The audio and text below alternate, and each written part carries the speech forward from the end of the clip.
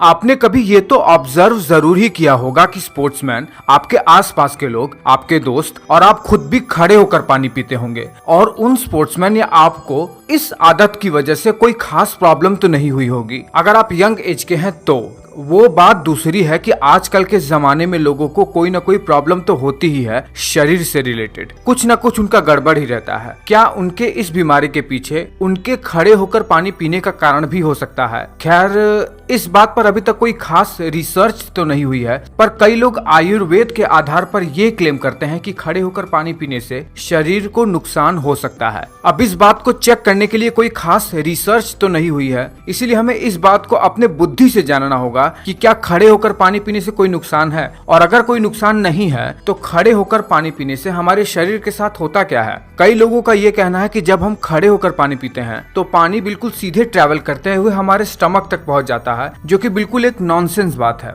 मैं आपको अपने एक वीडियो में ये बात बता चुका हूँ कि भोजन का पाचन कैसे होता है और पानी का पाचन कैसे होता है। उसमें मैंने आपको ये बताया है कि जब भी कोई फूड या लिक्विड हमारे ईसोफेगस से होकर नीचे की ओर गुजरता है तो वो पेरिस्टाल्सिस मूवमेंट के थ्रू पेट में जाता है, जो कि मसल का कॉन्ट्रैक्शन की वजह से होता है। इसीलिए आप कितना भी तेजी से पानी पिएं, पेट में पानी या भोजन तो पेरिस्टाल्सिस मूवमेंट के थ्रू ही जाएगा। फिर वहां से वो छोटी आंत में और बड़ी आंत से होते हुए पानी जब अब्सॉर्ब होता है ब्लड में, वहां से किडनी से फिल्टर होकर शरीर से निकलता है। इसीलिए यह बात तो बिल्कुल इलॉजिकल है कि खड़े होकर पानी पीने से पानी बिल्कुल सीधे ही हमारे पेट से निकल जाता है। खड़े होकर पानी पीने से और हमारे शरीर से जो संबंध होता है वो केवल और केवल नर्वस सिस्टम से ही जोड़ा जा सकता है, वो भी ऑटोनॉमिक नर्वस सिस्टम से। ऑटोनॉमिक नर्वस सिस्टम क्या होता है? जो हमारे शरीर के अंदर जो वाइटल ऑर्गन है उनके फंक्शंस को रेगुलेट करता है बिना हमारे इच्छा के। जैसे हम सांस लेते हैं तो हम चाह कर भी उसे रोक नहीं सकते हैं। हमारा जो फूड का डाइजेशन होता है उस पर हमारा कोई वश नहीं है,